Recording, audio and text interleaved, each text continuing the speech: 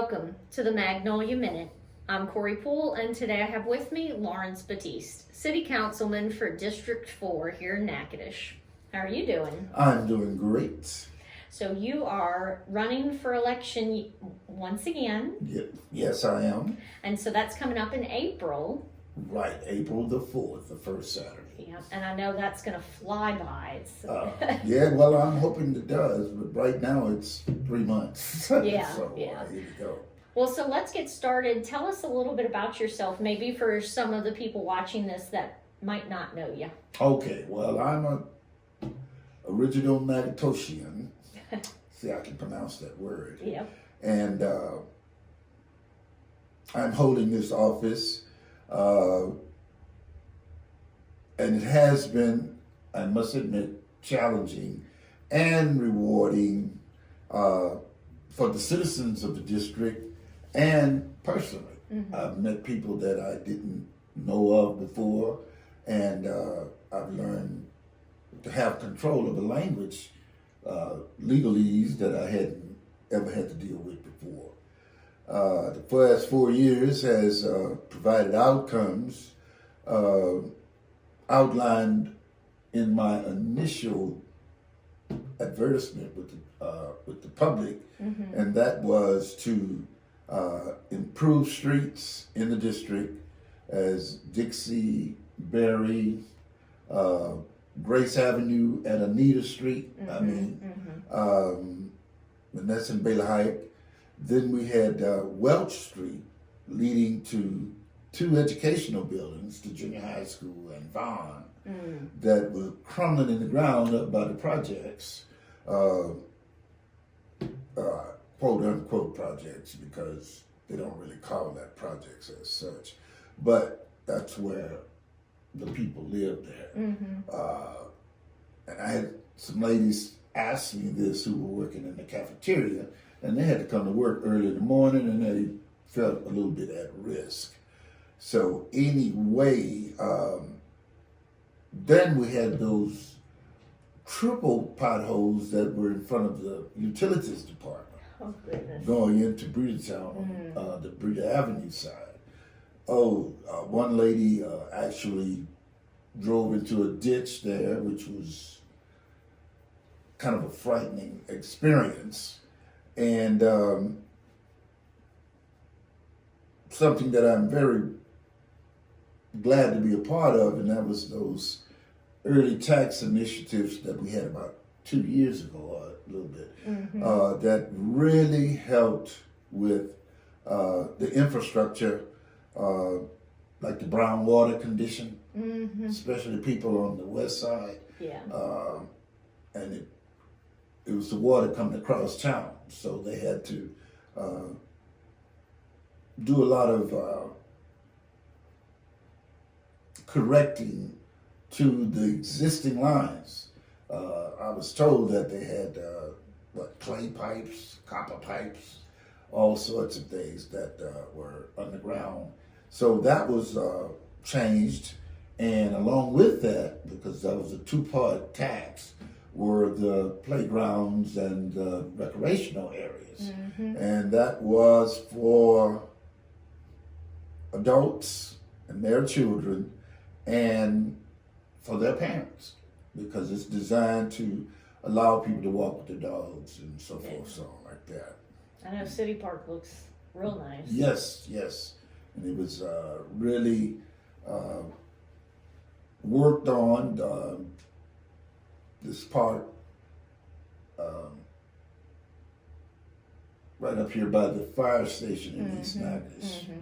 And then the one on Dean Street as well. Right. Yeah. Ross Williams Park. Mm-hmm. Yes. All right, so what made you want to run again for this upcoming election? Well, I work in the public school system, so this is my 24th year, so wow. I wanted to try to get something else to do as far as increase my lifestyle activities. Gotcha. So I got into this, and I'm proud to say that I have not missed, as you probably know, not nary one meeting all these years. So, well, it's 3.5 years now. And it's good because you keep up on so many things and you see so many people and you can relate to things that are really going on in the state and in the country. You know? So definitely gets you more involved. Exactly, too. exactly. It has its downside, however. I mean, people can be negative on you because it's never too much that you can do. We can all experience that. Right. Yeah, though you should be doing more. And they can be quite negative when they work it out. You know, so that's kind of nerve wracking. Because I live in Baylor Heights, so but I must say, and then again, I guess that goes back that I was raised in the Heights. I kind of know when I see certain things to back off, you know, because the signs are there, you know. Yeah. So, well, and so you've seen so much in this term that you're serving in, you know, done so much with the city. Right. What are some things moving forward if reelected that you would like to see done, or maybe some things you'd like to address? Well, what I'm trying to do is be on top of that bridge situation because they're going to install a temporary bridge right by the Harrington law firm. Yeah, so they can redo Church Street Bridge. Exactly. Yeah. Exactly. And I'm also looking to get involved with Parnagadish for baseball, softball, and soccer.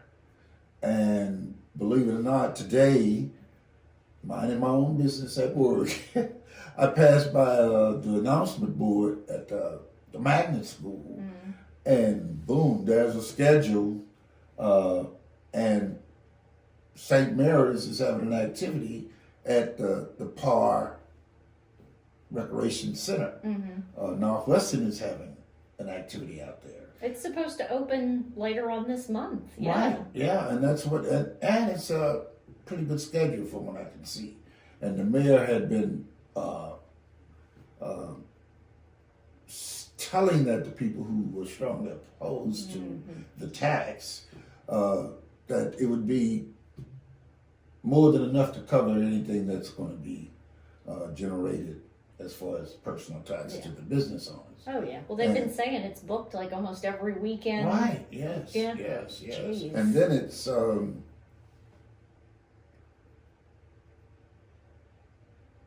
am I going to say this?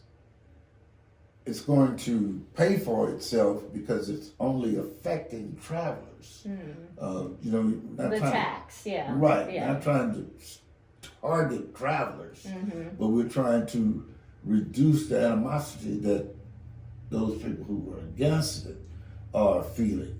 Well, because you know, it's not tax, you know, that word. Yes, it's a monster. Yeah. I guess I better not say that, Mr. Trump. He's down on monster. Gotcha. And he's not a monster anymore.